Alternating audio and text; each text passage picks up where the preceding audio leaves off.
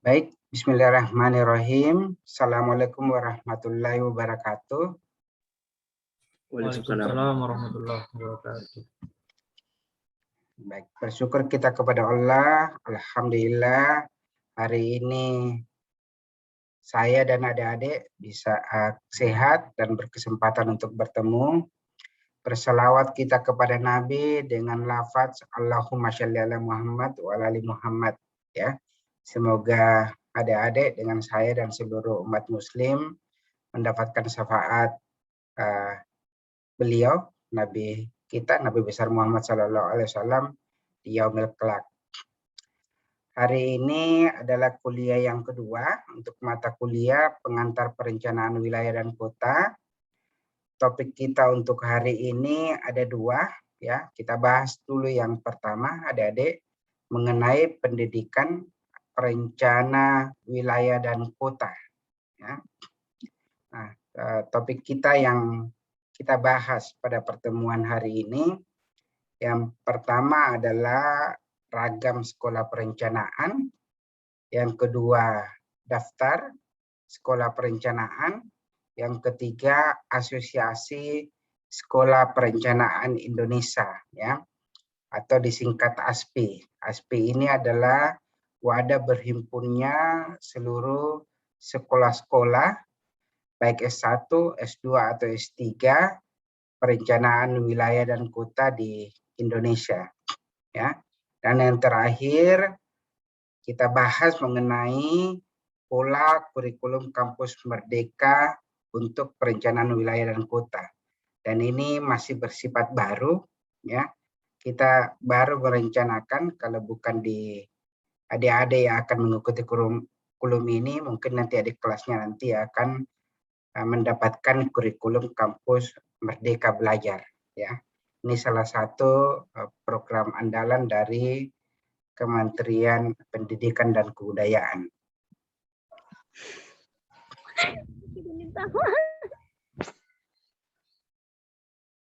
Oke, baik. Sifat ilmu PWK itu ada 3. Yang pertama preskriptif, yang kedua multidisipliner, dan yang ketiga praksis, ya. Apa bedanya ketiga ini? Kita bisa lihat bahwa preskriptif itu adalah memberi solusi terhadap isu-isu dalam praktek. Kemudian yang kedua, multidisipliner, itu artinya ada banyak bagian dari ilmu-ilmu yang digabungkan menjadi ilmu PWK. Jadi ilmu PWK itu sifatnya multidisiplin ilmu, ya. Kemudian praksis itu berarti bahwa kemampuan PWK ini dibangun dari pengalaman praktek. Selain dikembangkan dari pendidikan, juga dari penelitian. Jadi adik-adik untuk bisa memahami dengan baik ilmu ke-PWK-an, ini memang akan ada banyak kegiatan-kegiatannya yang bersifat studio, juga kegiatan yang bersifat survei lapangan, sehingga adik-adik bisa lebih memahami bagaimana mendapatkan ilmu PWK.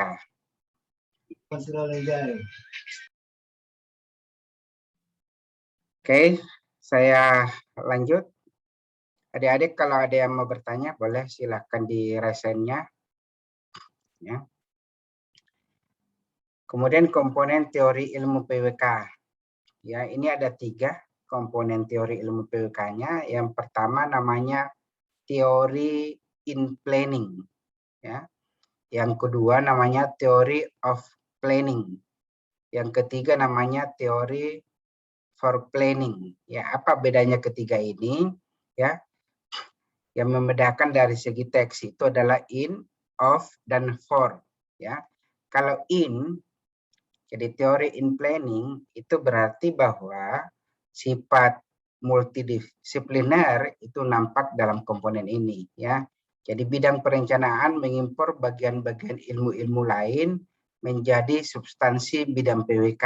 Ya, antara lain dari bidang teknik, dari bidang geografi, pertanian, ekonomi, sosial, dan politik. Jadi kalau adik-adik lihat disiplin ilmu dari dosen-dosen PWK di UIN Alauddin itu dari berbagai ragam bidang keilmuan, ya. Ada khusus memang yang dia menguasai teknik, menguasai transportasi, menguasai geografi, ekonomi, pertanian, sosial maupun politik, ya.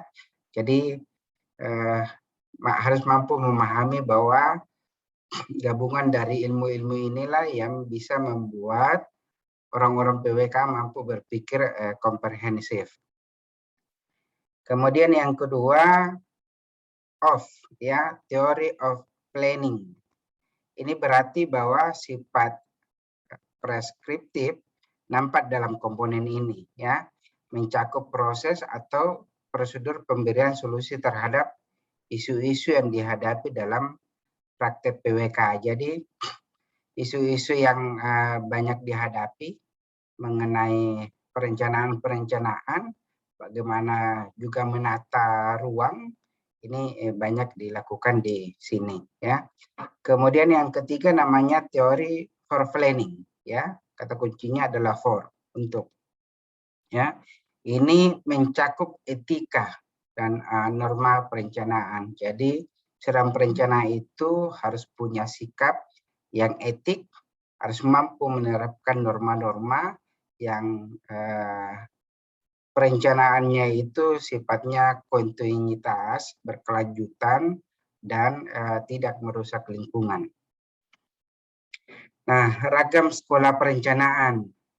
Ya, yang pertama kita lihat dulu pendekatan dalam perencanaan wilayah dan kota. Ya.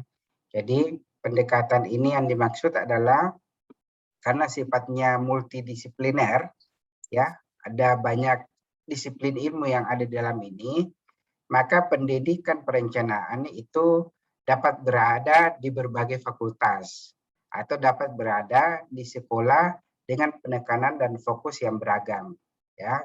Nah, yang pertama kita bisa lihat bahwa PWK itu bisa bernaung satu fakultas dengan bidang arsitektur, ya. Yang kedua, PWK juga bisa bernaung satu fakultas dengan bidang kajian sosial perkotaan. Ya. Yang ketiga, PWK juga bisa bernaung satu fakultas dengan bidang administrasi publik. Yang keempat, PWK juga bisa bernaung satu rumpun dengan bidang teknik sipil. Ya. Dan yang terakhir, PWK juga bahkan bisa bergabung dengan satu fakultas di bidang hukum. Ya. Jadi di sekolah-sekolah perencanaan wilayah dan kota itu bisa 5 naungannya, bisa di arsitektur, bisa di sosial perkotaan, bisa di administrasi publik, bisa di teknik sipil, bahkan bisa di hukum, ya.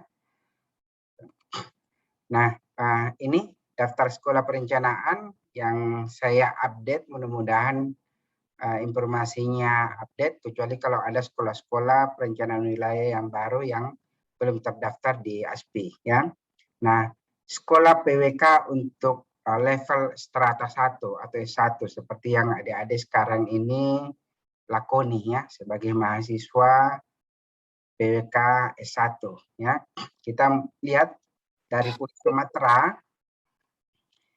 Di Sumatera ini ada 3 perguruan tinggi yang memiliki PWK, ya, mulai dari UBH Padang, ITM Medan, dan UIIR Universitas Islam Riau di Riau, ya.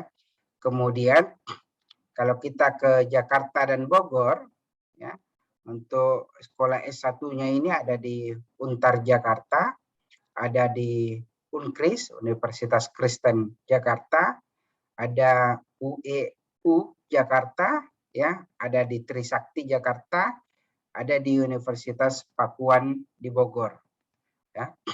Kemudian di Bandung, ya, dan sekitarnya atau Jawa Barat ini ada banyak, ada 7, ya, mulai dari ITB, Unisba, Institut Teknologi Nasional, Unpas, Unwim, Unikom, ITSB Bandung. Jadi ada 7 bahkan sekolah PWKS 1 di Bandung dan sekitarnya.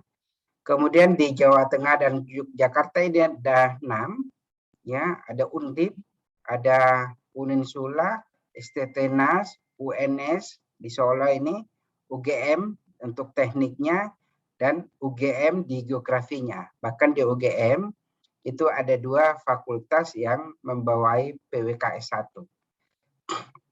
Kemudian di Bali, ya, 2 minggu lalu saya ikut di kongres ASPI-nya yang dilakukan oleh Universitas Hindu di Denpasar, Bali. Ini ada 1. Kemudian di Jawa Timur juga ada 4, ya, Unipasbi, ITS, UB Universitas Bakri, dan ITN. Ya. Nah, kemudian di Indonesia bagian timur, ya, di Sulawesi itu ada 4, ya, adik-adik Bosowa Makassar, salah satunya, Unhas Makassar, UIN Makassar, ya, dan Unstrat Manado, ya. Kemudian ini ada yang baru, mungkin belum tercatat di dokumennya ASPI, yaitu Universitas Muhammadiyah, ya, baik yang ada di Makassar maupun yang ada di Bulukumba. Kemudian di timur, ya, di Papua ini ada 1 perguruan tinggi yang punya PWK, yaitu di USTJ Jayapura.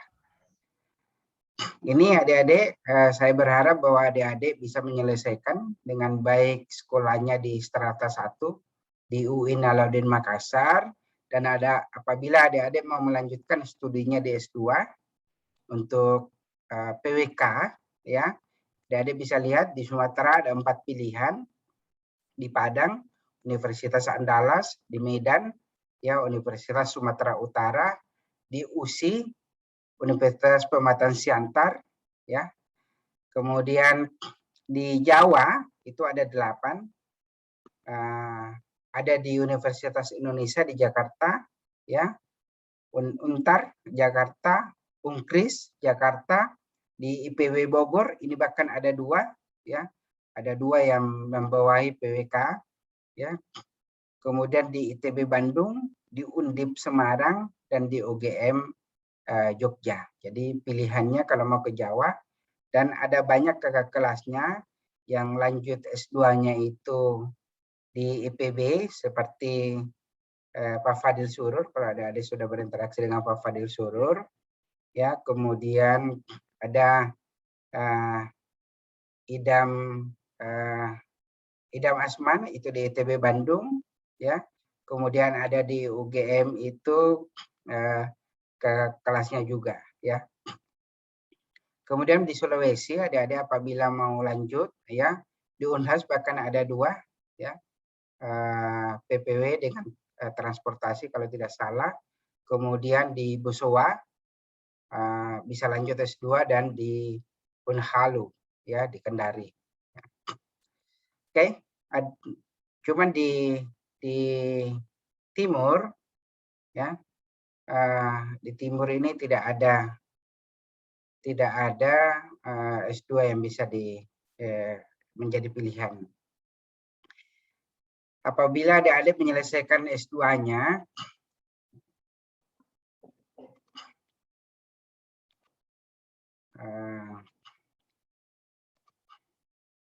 maka pilihan S3 itu bisa adik-adik lihat, ada 1 di Sumatera, hanya di Universitas Sumatera Utara di Medan, ya.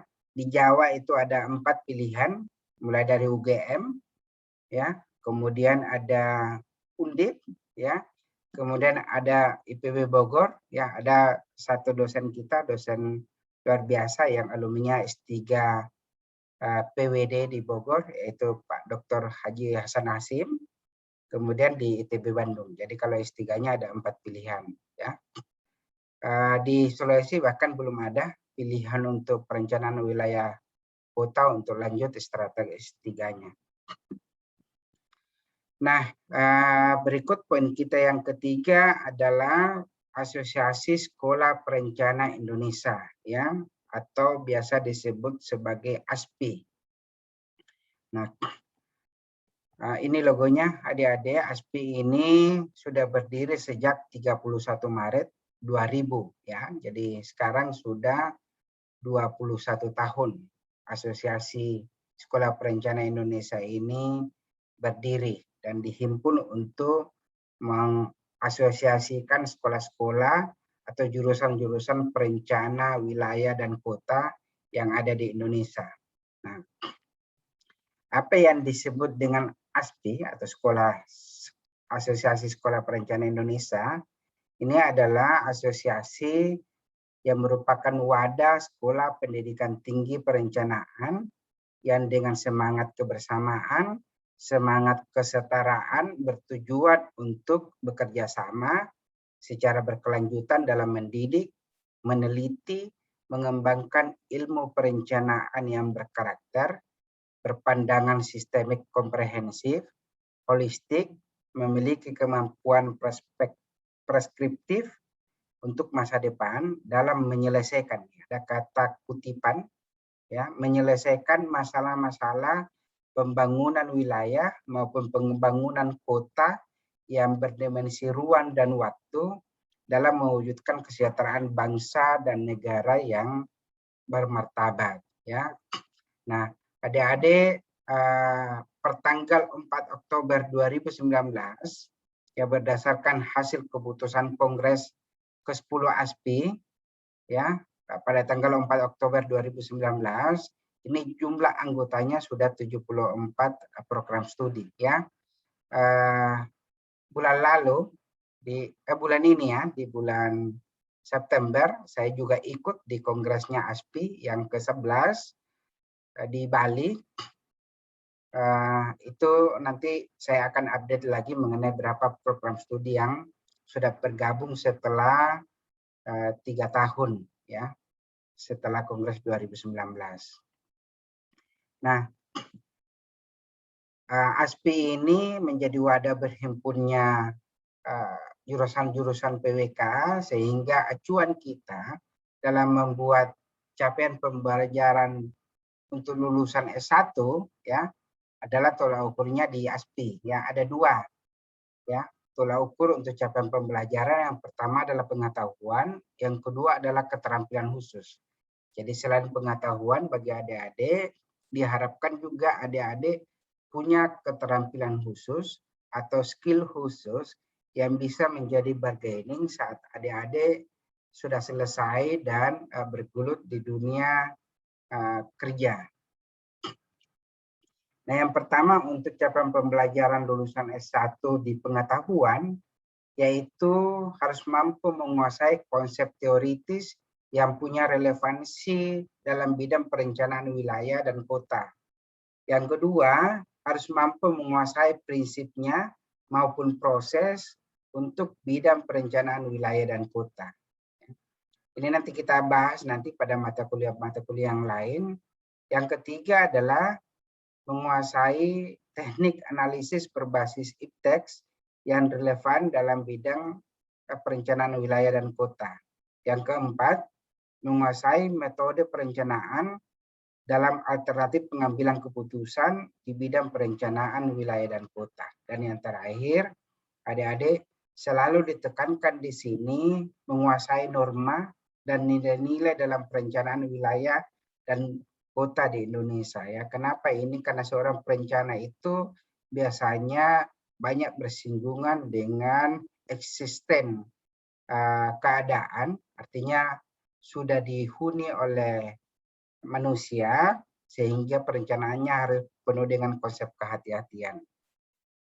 Nah, sedangkan keterampilan khusus sebagai capaian pembelajaran S1 PWK, yang pertama harus mampu menerapkan konsep umum maupun konsep teoritis dalam menyelesaikan masalah di bidang perencanaan wilayah dan kota. Yang kedua, harus mampu menerapkan prinsip dan proses dalam bidang perencanaan wilayah dan kota. Yang ketiga, ya, mampu menganalisis potensi dan juga mampu menganalisis permasalahan yang konteksnya keuangan maupun yang konteksnya non-keuangan dalam permasalahan perencanaan wilayah dan kota. Yang keempat, harus mampu menerapkan teknik formulasi rencana Ya, yang kelima, harus mampu menjelaskan bagaimana memanfaatkan, mengendalikan, dan mengevaluasi hasil dari perencanaan. Yang keenam, ya, harus mampu memformulasikan alternatif solusi dalam perencanaan wilayah dan kota. Yang ketujuh, ya, mahasiswa diharapkan mampu mendokumentasikan maupun mengkomunikasikan hasil perencanaan wilayah dan kota.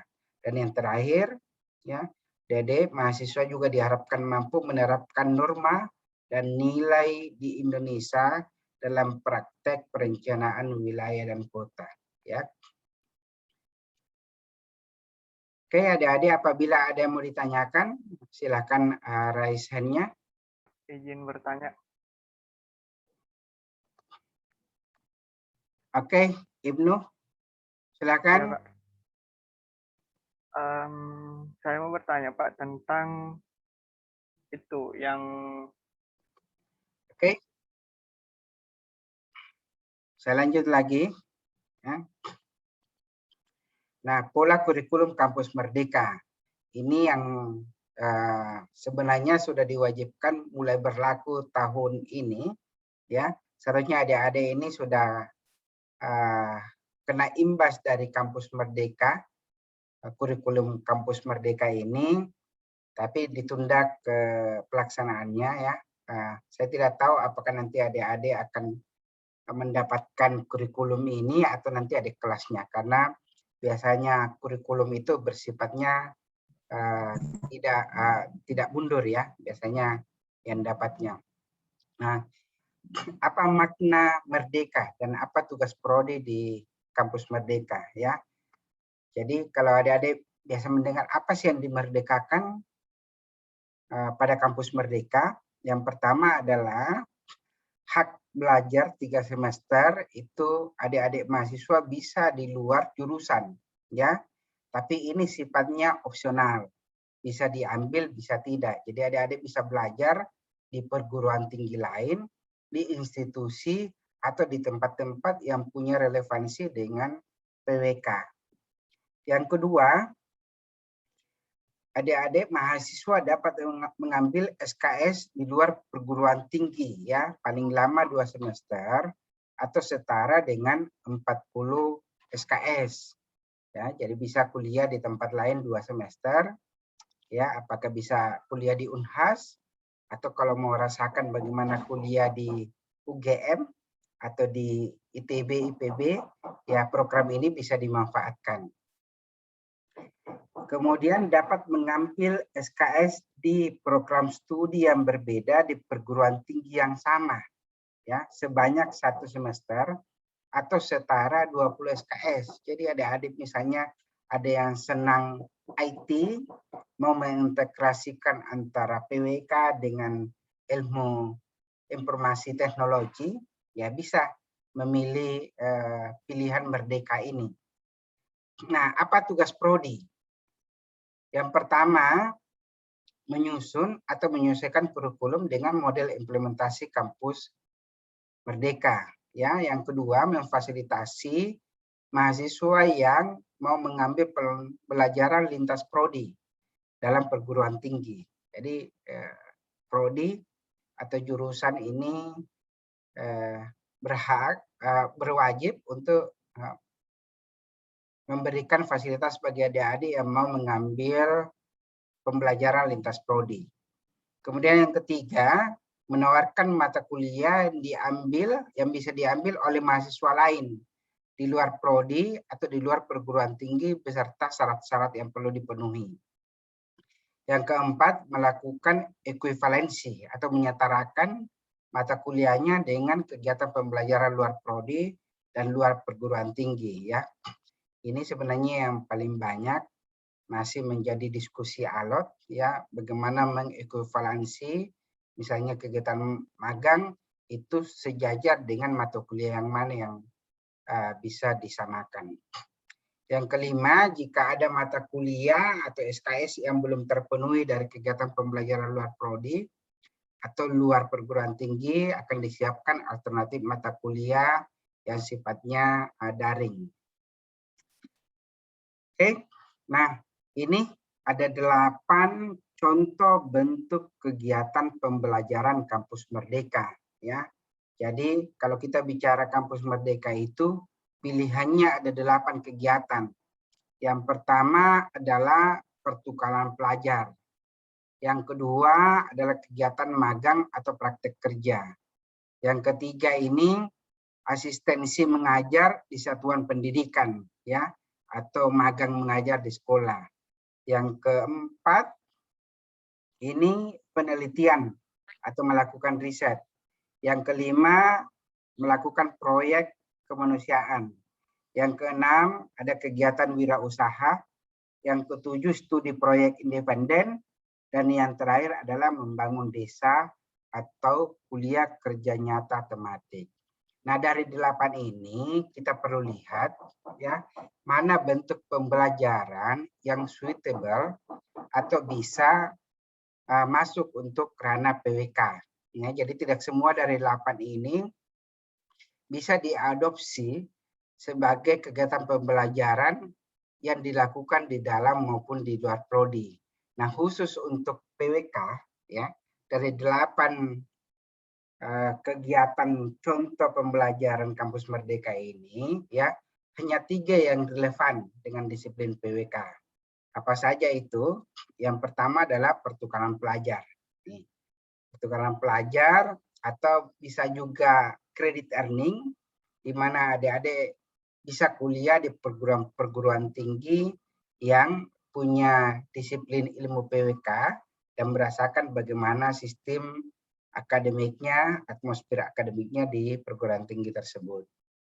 Yang kedua, ya adik-adik bisa magang atau praktek kerja, ya. Dan yang ketiga adalah melakukan penelitian atau riset. Jadi hanya 3 ya, pertukaran pelajar, yang kedua magang atau praktek kerja, dan yang ketiga penelitian atau riset. Sedangkan KKN tematik ini sebenarnya juga bisa menjadi bentuk yang relevan, ya. Ini tergantung bagaimana domain universitas. Kalau di Undip ini dianggap belum menjadi pilihan, ya. Jadi tergantung nanti bagaimana kebijakan jurusan, ya. Dari 8 ini berapa yang suitable atau berapa yang relevan yang bisa dilakukan sebagai kegiatan kampus belajar, kegiatan Merdeka Belajar yang bisa diadopsi di PWK UIN Alauddin nantinya.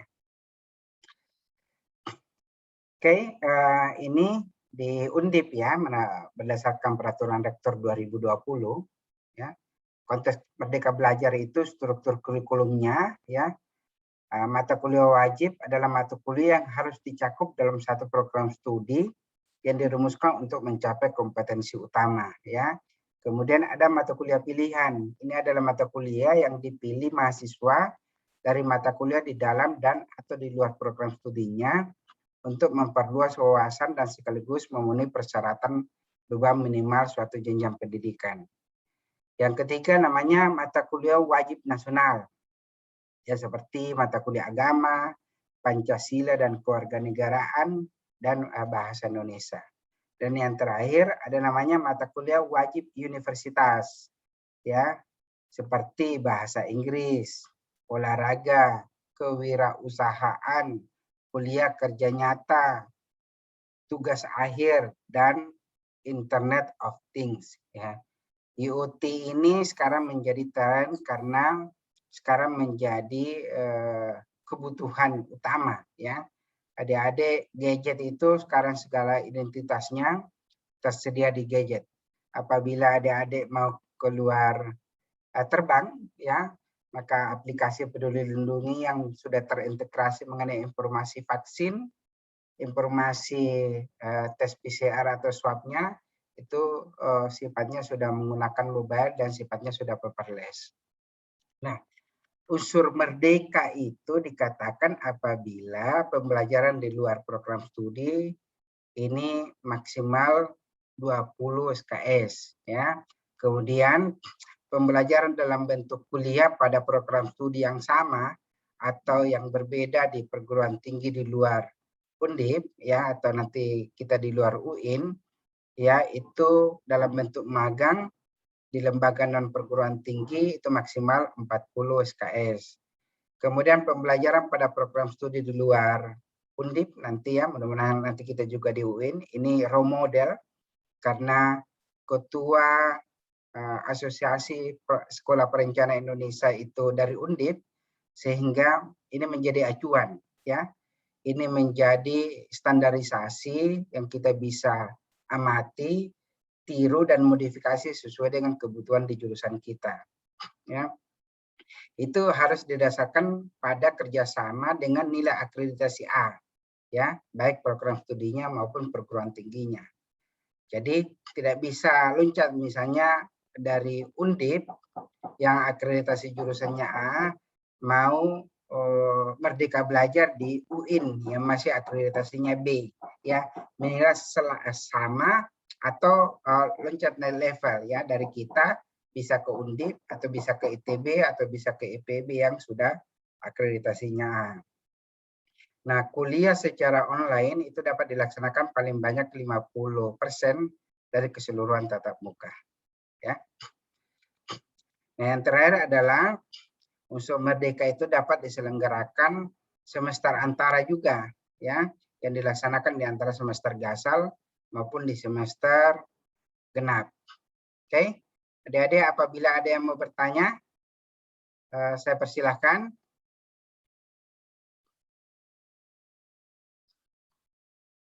Oke, skema dasar kurikulum merdeka ya.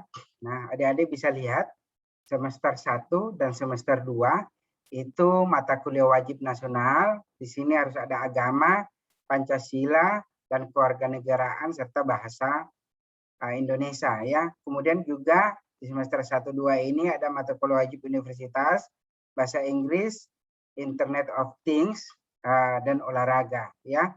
Dan untuk memenuhi masing-masing antara 21 sampai 24 SKS, tambahkan lagi mata kuliah program studi. Nah, semester 3, semester 4, dan semester 5, ini mata kuliah program studi ya, dapat diambil di program studinya sendiri, dapat juga diambil di program studi sejenisnya di luar UIN ya, tergantung kerjasama antar perguruan tingginya ya. Jadi adik-adik silahkan gesa fakultas untuk memperbanyak kerjasama dengan perguruan-perguruan tinggi yang punya PWK, sehingga adik-adik bisa melakukan kuliah kampus merdeka di perguruan-perguruan tinggi yang sudah punya kualifikasi, sudah bonafit di Republik kita. Ya. Nah, kegiatan lain dalam bentuk Merdeka Belajar ini, ya, bisa proyek di desa, bisa mengajar di sekolah, bisa pertukaran pelajar seperti yang 8 yang tadi saya sampaikan, tapi dari 8 itu hanya 3 yang punya relevansi dengan PWK, ya. Nah, satu SKS ini setara dengan 45 jam dengan lama 1 sampai 6 bulan. Kemudian semester 6 dan semester 7 ya. Ini kembali lagi ke prodi, ke jurusannya diambil di prodi sendiri, mata kuliah program studi, ya, kemudian kegiatan magang atau penelitian, di mana pengakuan kegiatan magang atau riset dalam SKS-nya itu satu SKS setara dengan 45 jam tatap muka atau lama 1 sampai 6 bulan, ya. Dan kita semua berharap bahwa adik-adik pada semester 8 ini sudah menyelesaikan kuliah S1-nya ya, dan bisa lanjut lagi untuk kuliah S2-nya. Nah, kita bisa lihat di sini mata kuliah wajib prodi itu 60% dari total SKS. Mata kuliah wajib nasional itu 3 mata kuliah, kemudian beban totalnya maksimal 7 SKS, dan alokasinya itu sebaiknya dialokasikan semester 1 atau semester 2. Ya. Nah, mata kuliah wajib Undip ini seperti ini, adik-adik ya. Oke. Untuk sesi ini kita selesai, adik-adik. Di Lentera itu sudah saya siapkan 10 kuis ya, yang saya acak dari pertemuan 2.1 dengan pertemuan 2. Silakan nanti adik-adik lengkapi isi, pastikan bahwa adik-adik baca dengan baik materinya sebelum mengisi kuisnya agar nilai adik-adik bisa mendapatkan 100 ya.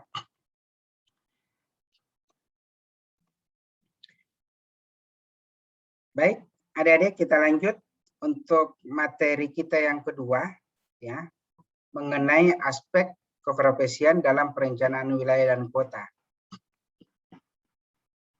Nah, topik kita hari ini yang pertama yaitu perencanaan wilayah dan kota sebagai profesi. Yang kedua, peran perencana wilayah dan kota. Dan yang ketiga, Ikatan Ahli Perencana sebagai asosiasi profesi ya. Ini biasa disebut dengan IAP ya. Oke. Nah, kita masuk dulu yang pertama, perencana wilayah dan kota sebagai profesi. Nah, perencana wilayah dan kota adalah jurusan yang mempelajari kondisi ruang masa kini dan merencanakannya untuk kebutuhan masa depan. Ya, ruang lingkup yang dipelajari mulai dari skala kecil, yaitu mulai dari skala rumah tangga, ya, hingga skala kota, bahkan skala yang lebih luas, ya, skala nasional atau skala regional Asia Tenggara. Ya. Mengapa perlu ada perencana wilayah dan kota? Ya. Jawabannya karena kuantitas ruang itu tidak pernah bertambah, ya. Namun populasi manusia itu terus meningkat. Untuk itu, ruang perlu ditata, ruang juga perlu dikelola dengan baik agar ruang yang ada itu mampu mencukupi kebutuhan manusia, ya. Dan manusia yang tinggal di dalamnya itu merasa nyaman, ya, tidak merasa sumpek, tidak merasa tidak nyaman, ya, dalam menempati sebuah ruang. Nah, perencana wilayah dan kota, ya, itu perencana biasanya berupa outputnya dokumen-dokumen rencana tata ruang. Ya. Sedangkan dokumen tata ruang itu harus berisi aturan perencanaan yang akan menjadikan pedoman dalam membangun daerah tersebut. Jadi kalau sudah direncanakan, misalnya daerah tersebut menjadi kawasan industri, ya, maka harus komit terhadap rencana tersebut, ya. Atau kalau misalnya di situ adalah hutan konservasi, maka dia tidak boleh diubah menjadi kawasan permukiman. Kenapa membutuhkan perencanaan ruang? Ya, karena ruang itu membentuk perilaku manusia. Ya, walaupun awalnya manusia yang mengatur ruang, ya, tapi nanti biasanya ruang juga akan mengatur manusia. Jadi keduanya saling mempengaruhi. Ya, perilaku manusia dipengaruhi oleh ruang, ruang juga mempengaruhi perilaku manusia. Nah, contohnya kita bisa lihat pada kehidupan di kota dan kehidupan di desa ya. Perilaku kehidupan di kota dengan perilaku kehidupan di desa ini biasanya ada signifikansi perbedaan ya. Kita lihat di sini ya. Nah, ini sudah termasuk kota-kota besar di Indonesia, termasuk kota yang ada di Makassar ya. Kondisi ini sudah biasa kita temui ya, kemacetan ya, macet, kemudian sampah, kemudian terjadi banjir karena daerah tangkapan air yang diubah menjadi permukiman, kemudian polusi karena banyaknya industri, banyaknya kendaraan, ya, dan ruang publik yang biasanya terbatas. Sehingga ada aturan bahwa ruang terbuka hijau bagi sebuah kota itu disyaratkan yang ideal adalah 30% dari total luas yang dimiliki. Sedangkan kalau kita dilihat di desa, ya, ini ada ketimpangan sekali antara kota dengan desa, ya.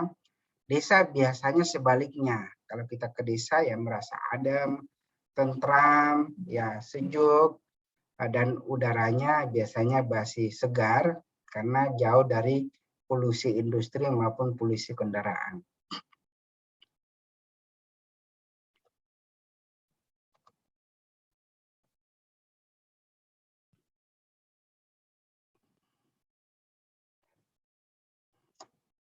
sebentar, Wawade. Oke, kita lanjut lagi ya. Nah, aspek yang perlu dikuasai oleh calon perencana nih, adik-adik yang perlu dikuasai ya sebagai calon perencana ya. Yang pertama harus menguasai teori perencanaan. Yang kedua harus menguasai metode atau keterampilannya. Yang ketiga harus memahami judgment ya atau hukum atau good sense. Yang disebut dengan teori perencanaan itu ya itu mencakup teori substansi maupun teori prosedural ya. Teori substansi itu terkait seperti objek yang mau direncanakan baik wilayah maupun kota.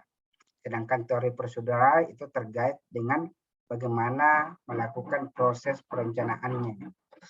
Kemudian yang kedua mengenai metode keterampilan, ini mencakup analisis dan metode perencanaan ya, melakukan sintesis, kreativitas dan desain serta melakukan komunikasi baik itu tulisan, lisan maupun grafis. Nah, untuk ketiga judgment ini mencakup interaksi komunikasi serta sikap ya, good sense ya. Kemudian prospek kerja untuk PWK nih adik-adik perlu dilihat apa saja prospek kerjanya PWK, jadi harus berbangga dari ribuan yang mendaftar PWK, adik-adik adalah orang yang terpilih, ya. Dan ini prospek kerja PWK, ya. Yang pertama di bidang pemerintahan, yang kedua di NGO (non-government organization) atau organisasi non pemerintahan. Yang ketiga bidang lainnya. Nah, di bidang pemerintahan ini ada banyak sekali adik-adik, di kementerian, di pekerjaan umum, di perhubungan, di perumahan dan permukiman, di lingkungan hidup, Bappenas, kemudian di pemerintah daerah bisa di Bapeda, di dinas pekerjaan umum, dinas tata ruang, dinas tata kota, dinas perhubungan, dinas lingkungan hidup, dan dinas pariwisata. Jadi untuk menjadi aparatur sipil negara pilihannya ada banyak, adik-adik. Kemudian untuk non-government organisasi, ya, ini juga sangat dibutuhkan di United Nations, di PBB, di program Rujak, di program Kotaku, ya, di BUMN seperti ITDC dan ITDP ya. Nanti ada di Google ini apa itu ITDC dan apa itu ITDP. Kemudian di bidang lainnya ya bahkan bisa menjadi konsultan tata ruang ya.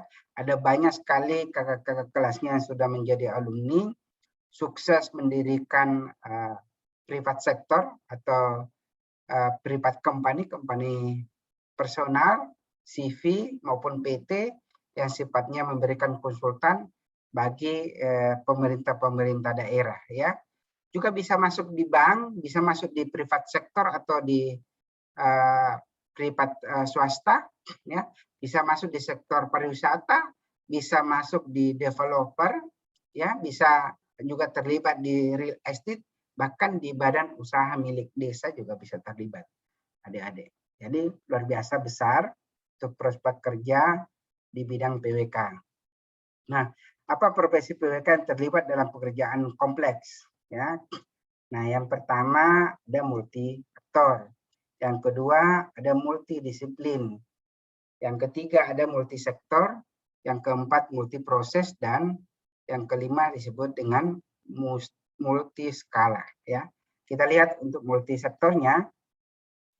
Ini pekerjaan perencanaan melibatkan aktor pembangunan mulai dari staf teknis perencana sampai pengambil keputusan ya. Baik aktor pembangunan dari sektor pemerintah di pusat dan daerah ya, maupun di swasta serta dunia usaha maupun masyarakat. Makanya disebut sebagai multi aktor karena ada banyak yang terlibat. Kemudian multidisiplin. Kenapa disebut profesi PWK terlibat dalam pekerjaan kompleks ya? Kita lihat dari multidisiplinnya.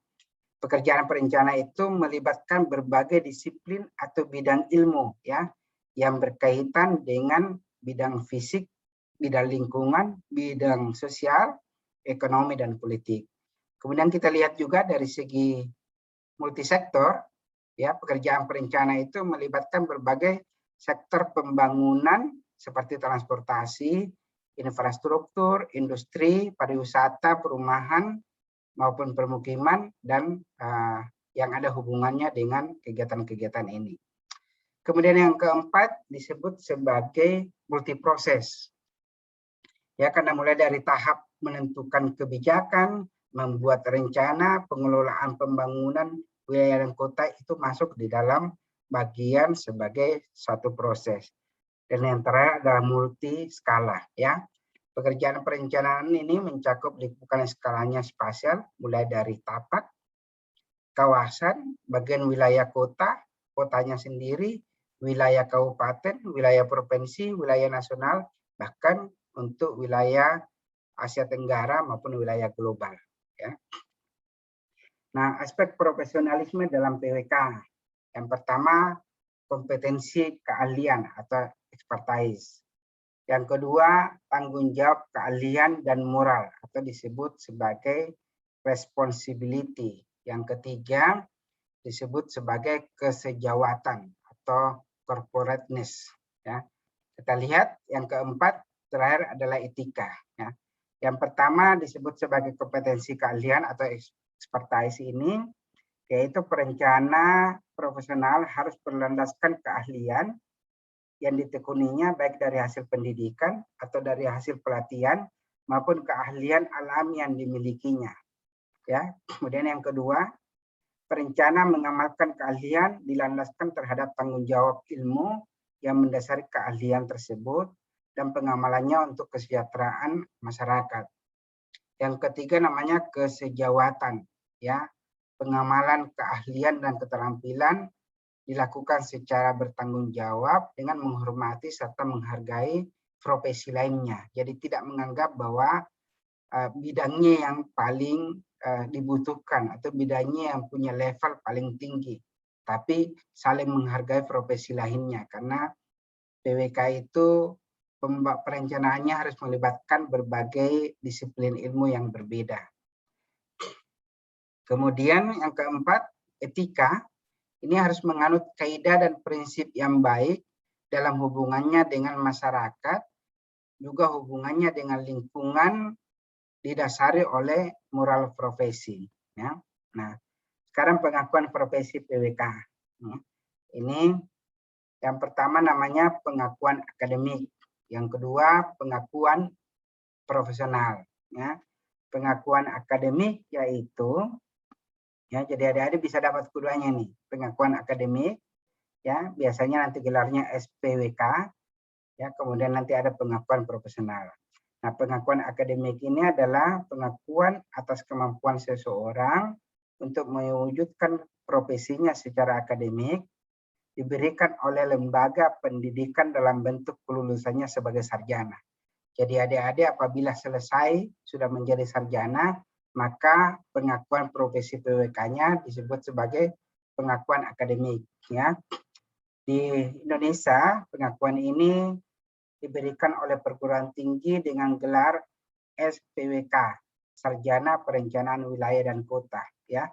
Kemudian Magister Perencanaan Wilayah dan Kota serta Doktor Perencanaan Wilayah dan Kota. Kemudian pengakuan profesional, ya.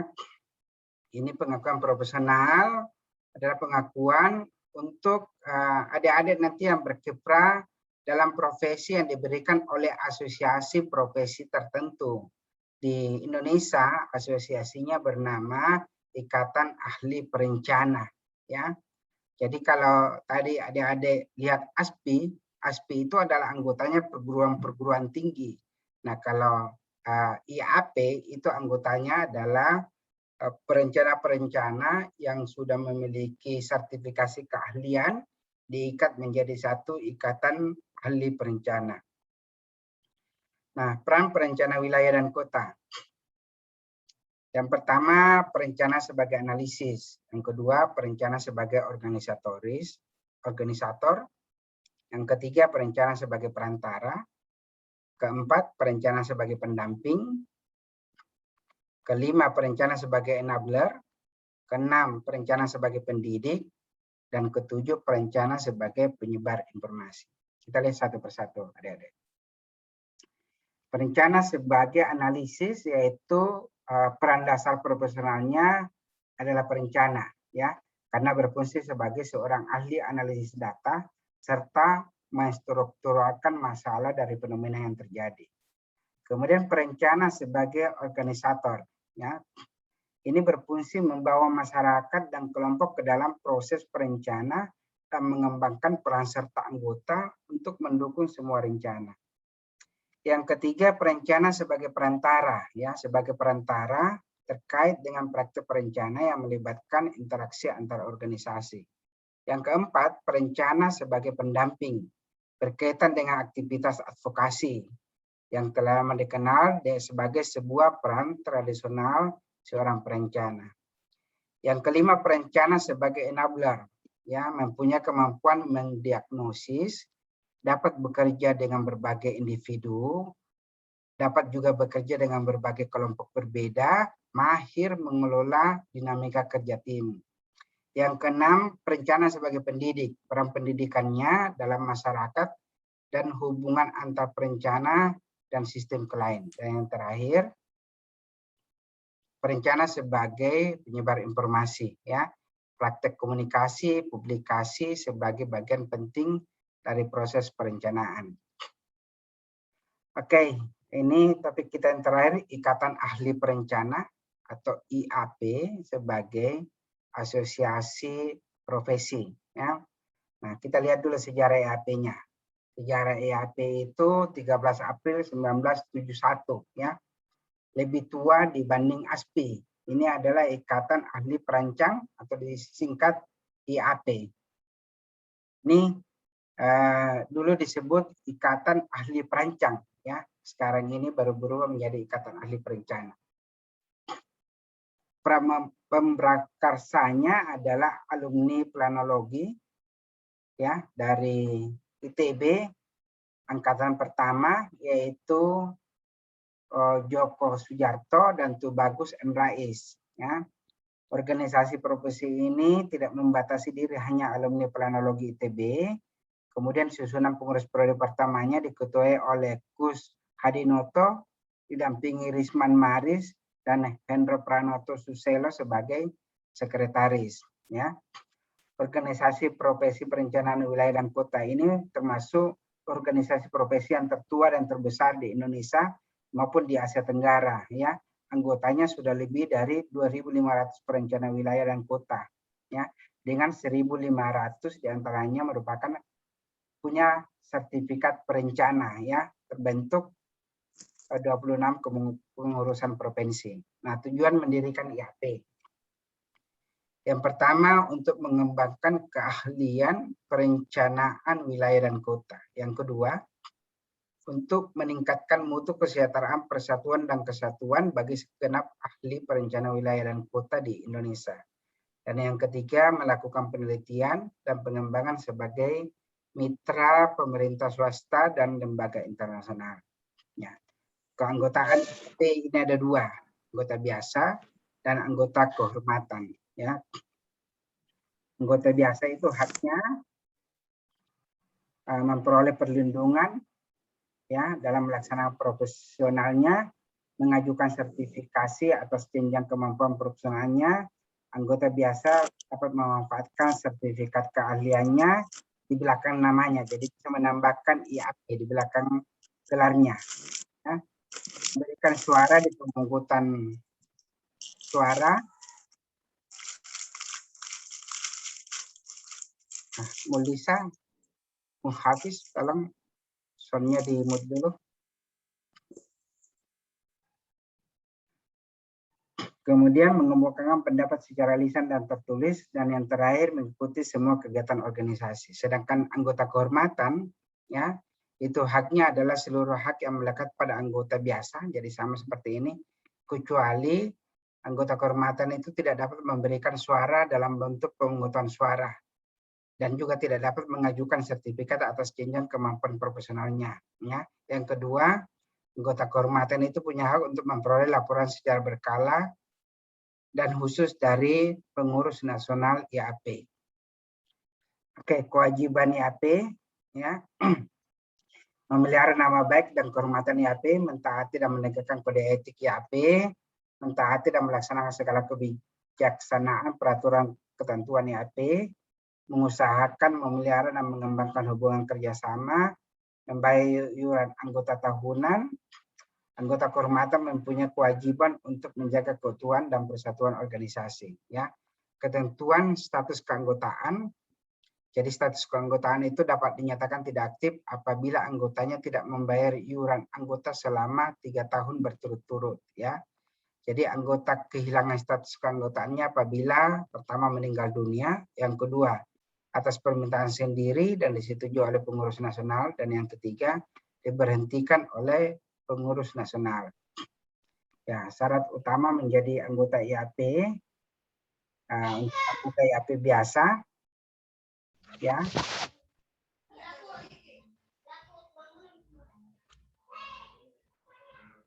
Munade, tolong di-mute dulu, Rek. Yang pertama telah menyelesaikan pendidikan tingkat sarjana atau pasca sarjana di bidang perencanaan wilayah dan kota. Kemudian yang kedua, mahasiswa tingkat 4. Jadi adik-adik di semester tingkat 4, ya semester akhir, ini sudah dapat mengajukan pendaftaran sebagai student member IAP, ya, dan akan dipromosikan menjadi anggota biasa IAP setelah selesai menyelesaikan pendidikan sarjananya. Nah, kualifikasi perencana dalam sertifikat perencana itu ada 3 ya. Yang pertama namanya ahli muda atau perencana wilayah, ahli muda perencana wilayah dan kota. Yang kedua ahli madya, dan yang ketiga ahli utama. Oke, adik-adik, selesai pertemuan kita hari ini ya. Ingat untuk menyelesaikan kuisnya, ada 10 soal pada kuis tersebut ya. Saya sediakan sampai jam 9 malam ya. Bagi adik-adik yang mau bertanya, saya persilahkan.